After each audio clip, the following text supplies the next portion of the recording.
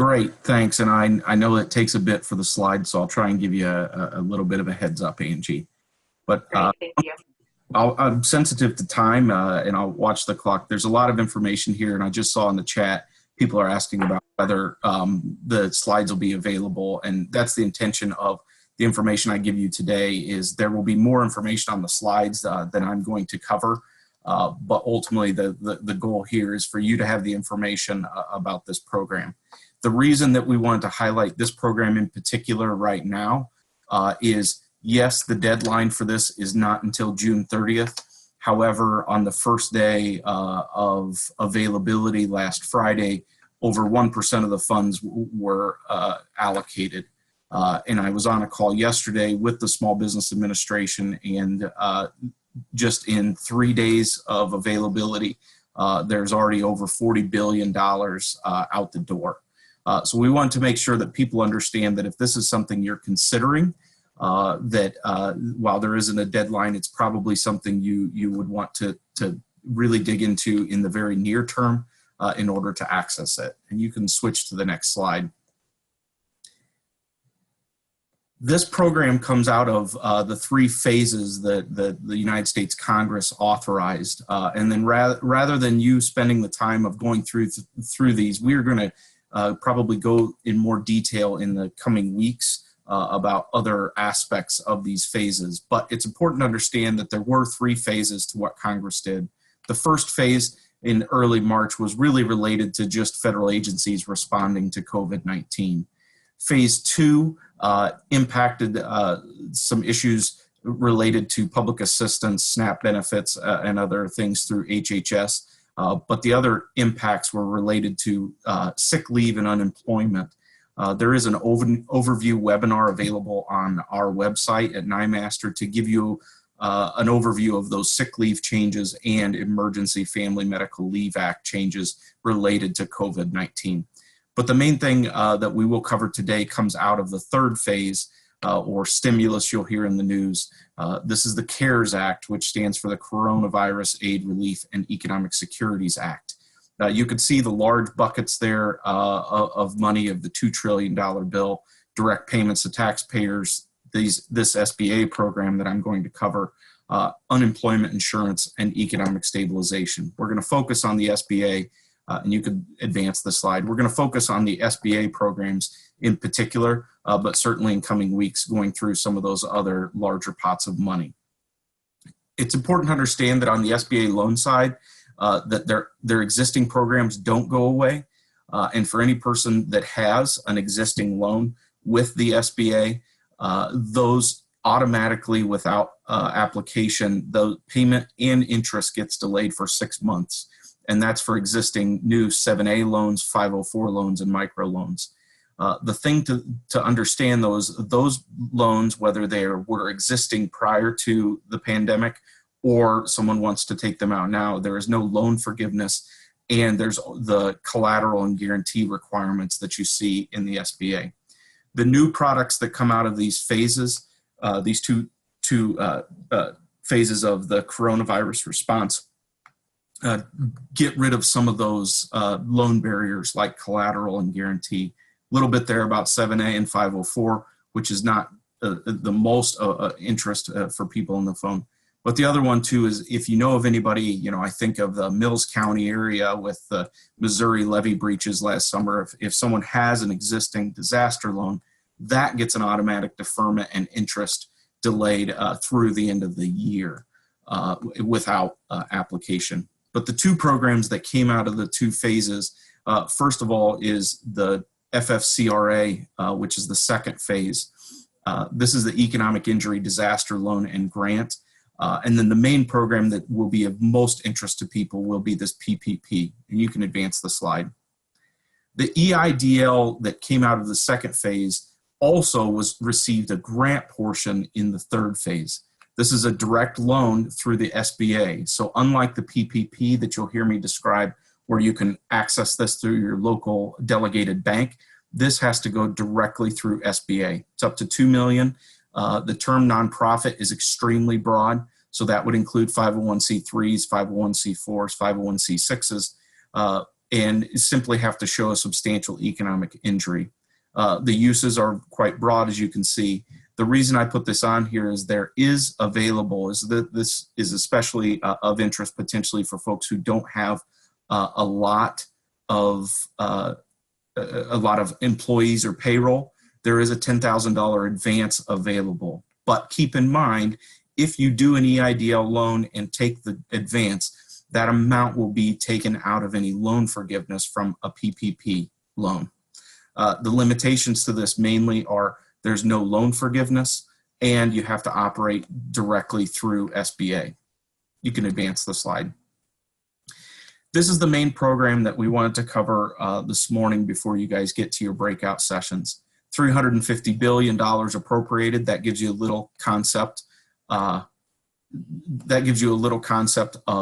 how the scale of this. Maybe gives you a little more of a concept of $40 billion in 3 days.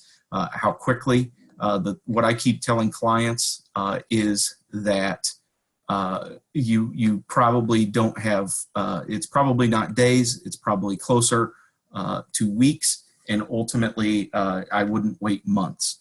Yes, the questions I see in the chat, the 10,000 on the EIDL is a grant, but if you take the grant, it comes out of your loan forgiveness. So in the Paycheck Protection Program, it's up to $10 million. Eligible entities include nonprofits, but nonprofit is defined as only 501c3s and 501c19s, which are veteran organizations like VFW, American Legion. The main focus that people are of interest is the loan forgiveness portion. This is 8 week, upon loan origination, 8 weeks after that, receiving payroll costs, interest on mortgage obligations, rent, and utilities after that loan origination date. And one of the limitations that we're not going to get into detail here is that some of the other tax benefits that are under the CARES Act are not available if you utilize the PPP and want to achieve the loan forgiveness portion. You can advance the slide. Real briefly here, nonprofit, as I said, is exactly identified, unlike the EIDL, which is a much broader definition. Here specifically, you can see that 501c3s with fewer than 500 employees and that 501c19. Those are the only nonprofits available and eligible for this program. You can advance the slide. The loan is related to 2.5 times or 250% of your average monthly payroll costs. That's only payroll costs. So you're going to hear me talk about interest, mortgage interest, rent, and utilities. That's only related to the loan forgiveness portion. That's not related to what the taking the ultimate loan is only based upon your payroll. And you can see if you were in operations from February 15th, 2019 to June 2019, that's how you make your determination on those payroll costs. The interest in the code is capped at 4%. However, we've seen rates in rules and guidance that have come out recently at a much lower rate than that.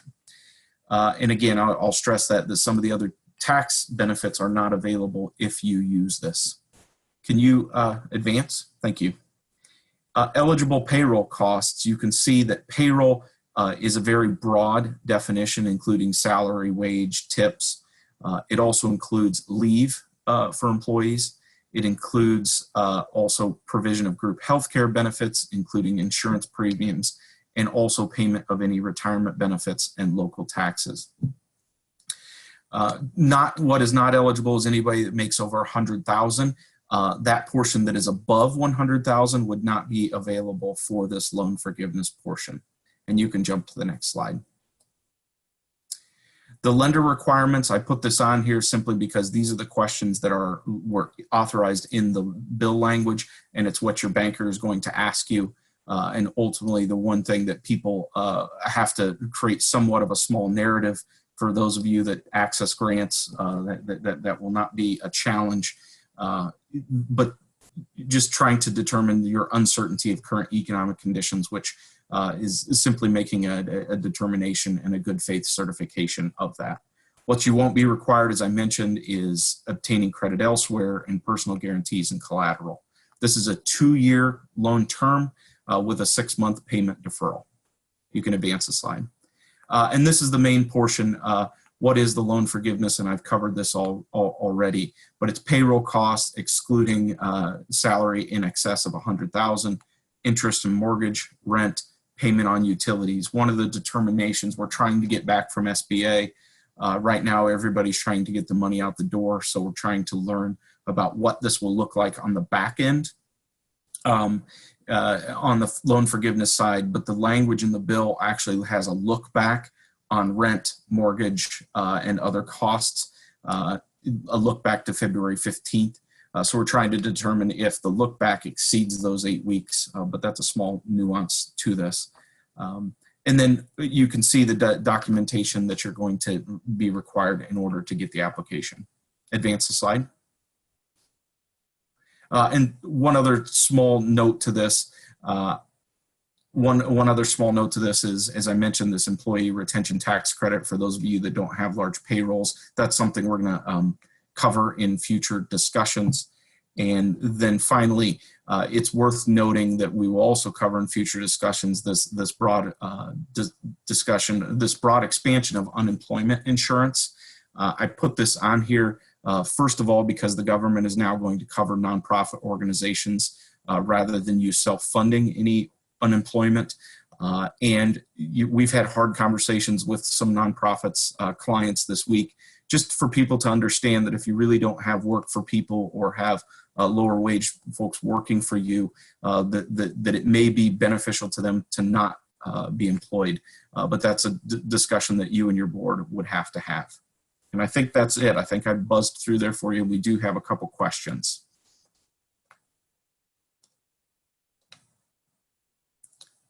Brianne, would you like me to address? I see the one from Jackie. That's a discussion with your banker about the loan origination. Ultimately, you're going to want to get that loan originated as quickly as possible. I would say just simply because of the money being appropriated. I have heard that there will be a phase 4 in discussions. Even Senator Grassley has mentioned that this program should be included in any phase 4. But the origination is key in making sure that your loan amount is authorized so that you can get that loan forgiveness. However, I'm sure your questions related to, how do you make sure that you have people working so that you get to maximize the amount of loan forgiveness. And we're having those conversations as well. And I'm happy to talk further with somebody offline for that. Independent contractors are eligible. We're waiting for more guidance on independent contractors. It is a real challenge. This is all happening in real time. So yeah, if you stay in the main room or ping my email, I'm happy to go through and provide you any information on independent contractors. I'll stop there since we're at 9 o'clock and people can stick around and ask further questions if they want, but thank you.